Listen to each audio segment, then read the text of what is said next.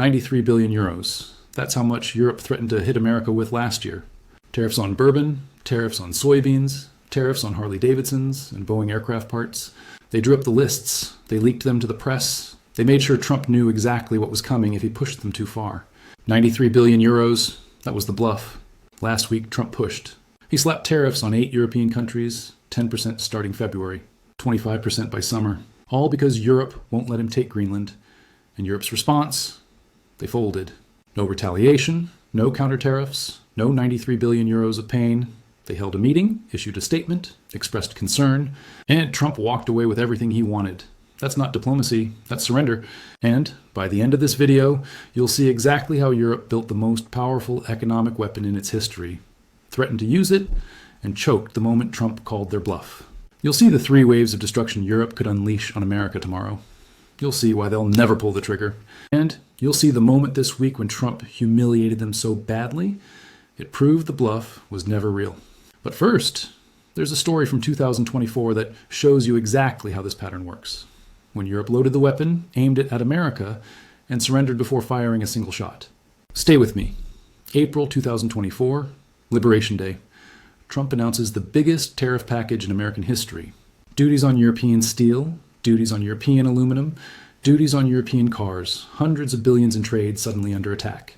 Europe panics, emergency meetings in Brussels, angry speeches in Paris, threats from Berlin, and then the bluff. The European Commission announces a retaliation package. 93 billion euros worth of American exports targeted for counter-tariffs. The biggest trade threat Europe has ever made. They picked every product from maximum pain, bourbon, Mitch McConnell's Kentucky, billions in exports, hit. Harley-Davidson motorcycles, Wisconsin, Paul Ryan's backyard, hit. Orange juice, Florida, swing state, hit. Soybeans, Iowa, a farm country that voted for Trump, hit. Boeing aircraft components, Washington State, hit. They weren't just targeting industries. They were targeting politicians, Republican donors, Trump's base. The message was clear. Push us, and we'll make your voters bleed. That was the bluff. Trump didn't blink. He raised tariffs again, threatened more, told Europe they could retaliate if they wanted, but they'd regret it. And Europe? They negotiated. 3 months of talks, meetings in Washington, summits in Brussels, and when the deal was signed, European tariffs tripled. American tariffs dropped. 93 billion euros of threatened retaliation became zero. Trump got what he wanted. Europe got stability. That's not a negotiation. That's a poker player folding a full house because they were too scared to see the river. And Trump learned something that day. Europe bluffs. Europe always bluffs, and Europe always folds. So when Greenland came up, he already knew how this would end. The European Union passes something called the Anti-Coercion Instrument. Sounds boring. Brussels loves boring names. It helps them hide things. But this regulation is the most aggressive economic weapon Europe has ever created. Officials inside the EU call it the trade bazooka. Here's what it does. If any country uses economic threats to pressure the European Union, the EU can respond with unlimited escalation. Not statements, not meetings, real economic warfare. Wave 1, tariffs. Immediate duties on all imports from the attacking country, not 10%, not 25%, whatever it takes. 50, 75, 100. American goods priced out of the European market overnight. Farmers watching soybeans rot because no one will buy them. Manufacturers watching orders evaporate. Exporters watching decades of market share disappear in a single regulation. That's wave 1, and it's the gentle option. Wave 2, market access. The EU can start blocking American companies from the single market. 15 trillion euros, 500 million consumers, gone. Tech companies need European data to operate. Cut that off. And Silicon Valley has a problem. Banks operate through European financial hubs, restrict access, and Wall Street loses its European gateway. Pharmaceutical companies sell billions across 27 countries, slow approvals, add inspections, create regulatory concerns, and watch quarterly earnings collapse. Imagine Apple told it can't sell iPhones in Germany. Imagine JP Morgan locked out of Frankfurt. Imagine Pfizer watching its European revenue disappear because a bureaucrat in Brussels found a paperwork problem. This is wave 2, and it gets worse.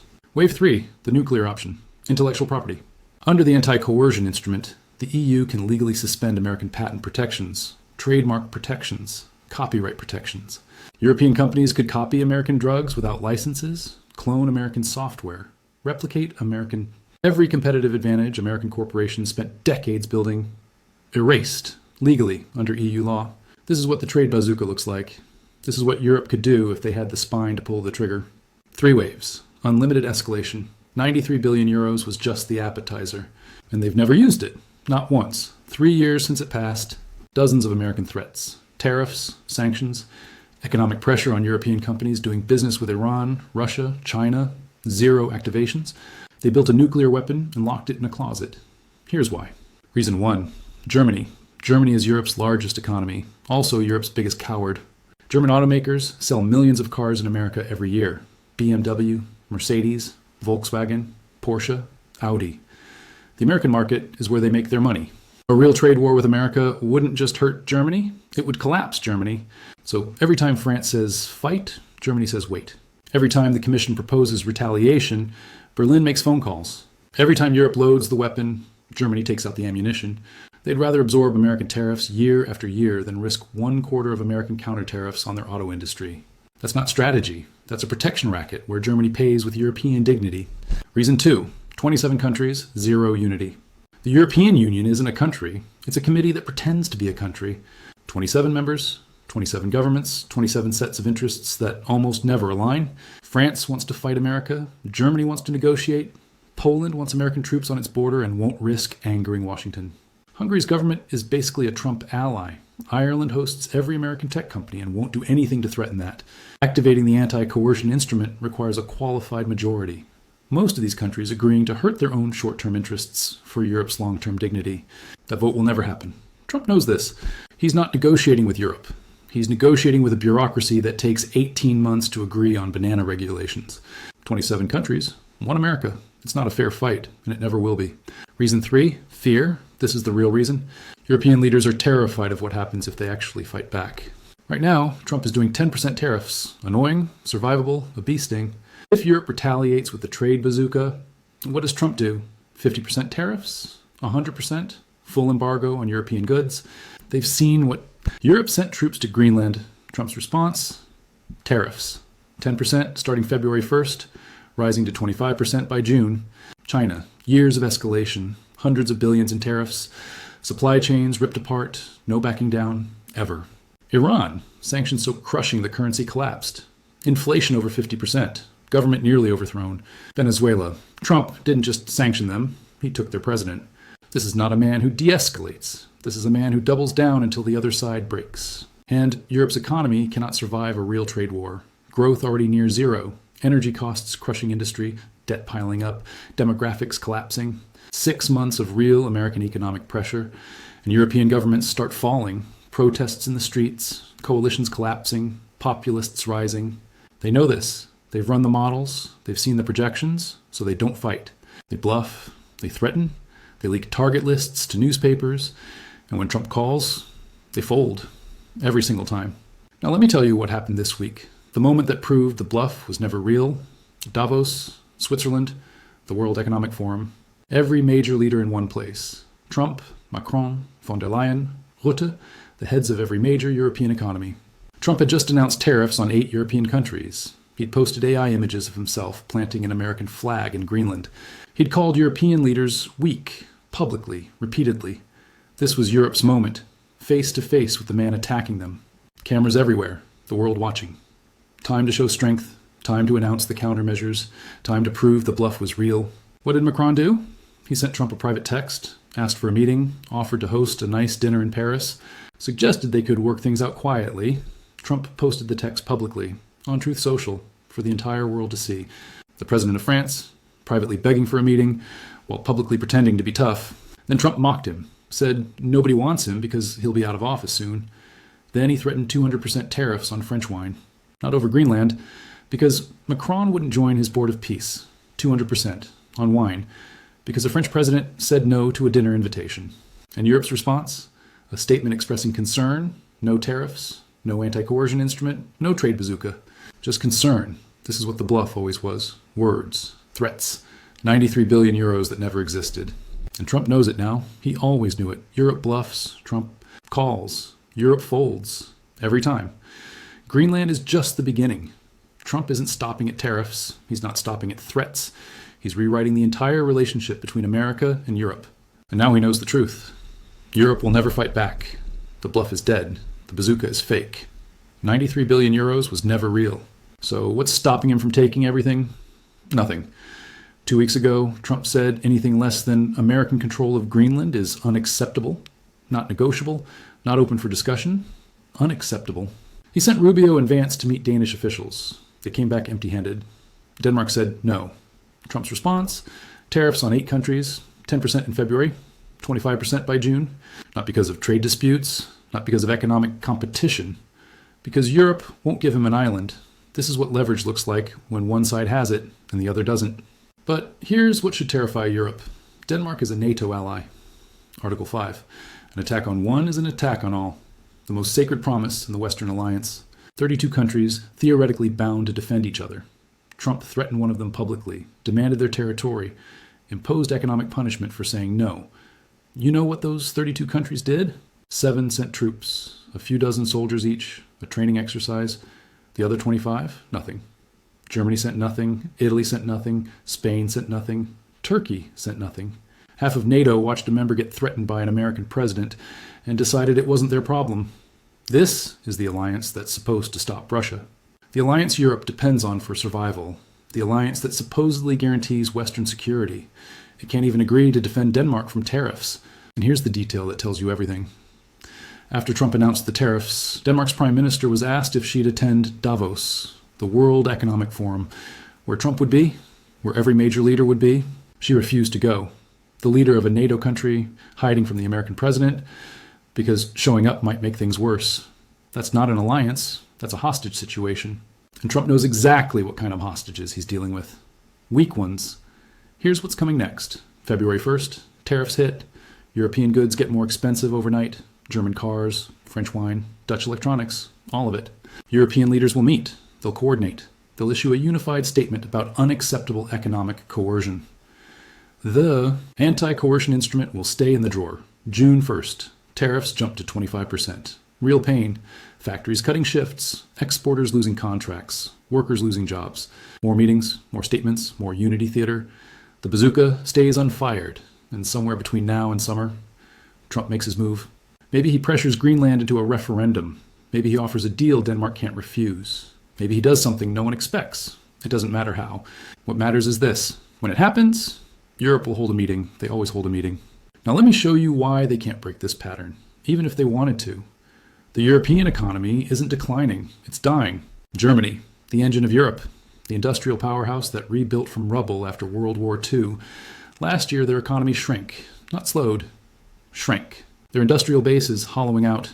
Energy costs drove manufacturers to America and China.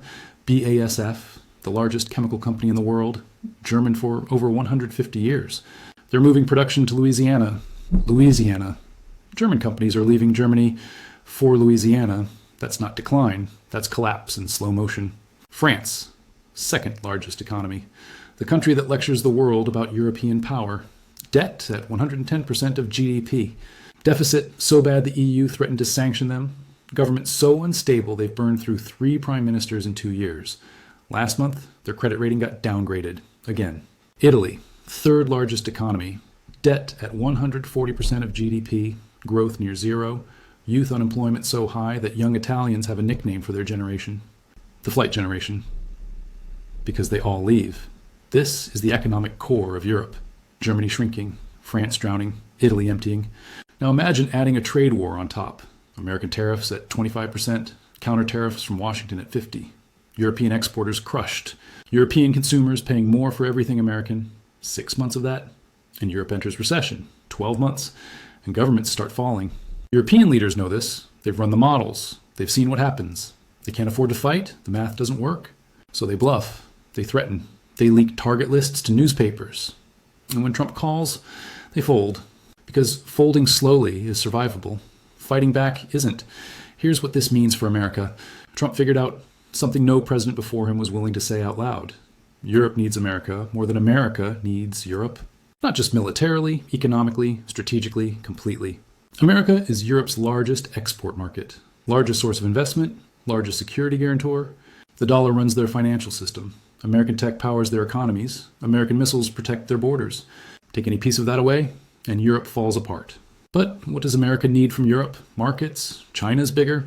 Military support? They ran out of bombs in Libya after 2 weeks. Political backing? They sabotaged America at the UN over Iraq. Innovation? The top 50 tech companies in the world, 3 are European, 3. America doesn't need Europe. Not anymore. Maybe not ever.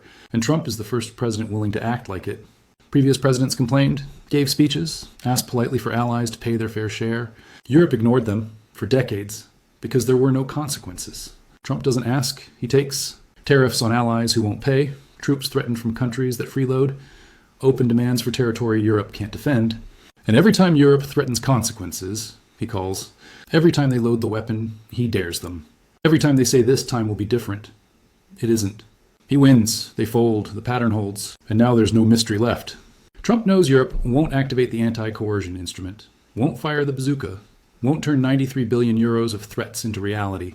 So there's no red line, no limit, nothing they can say that he needs to believe. Greenland today, what tomorrow?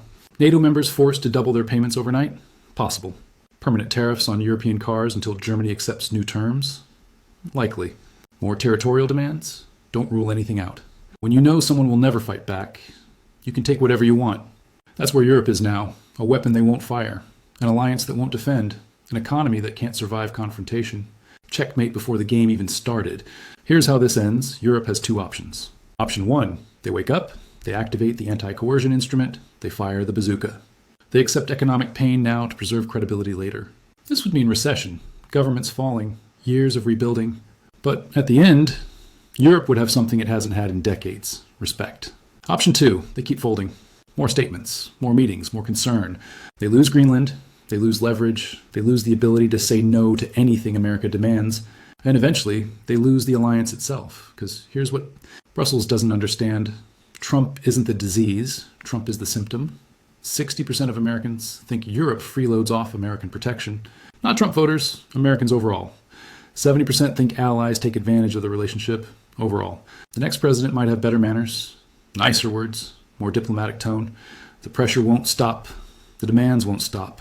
The expectation that Europe finally stand on its own 2 feet, it won't stop. Trump just says out loud what American presidents have thought for 30 years.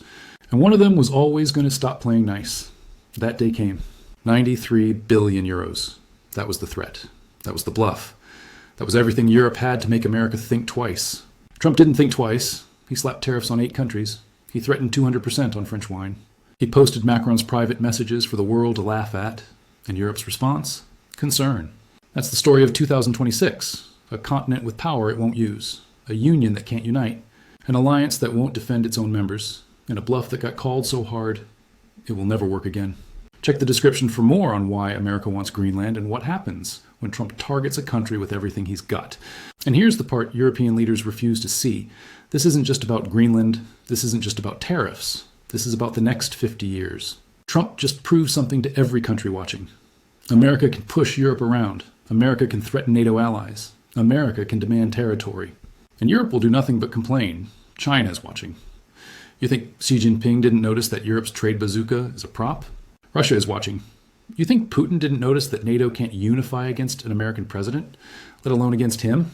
Every adversary, every competitor, every country that ever wondered if Europe could defend itself, they all got their answer this week. No. Europe's deterrence wasn't just damaged, it was exposed as fiction.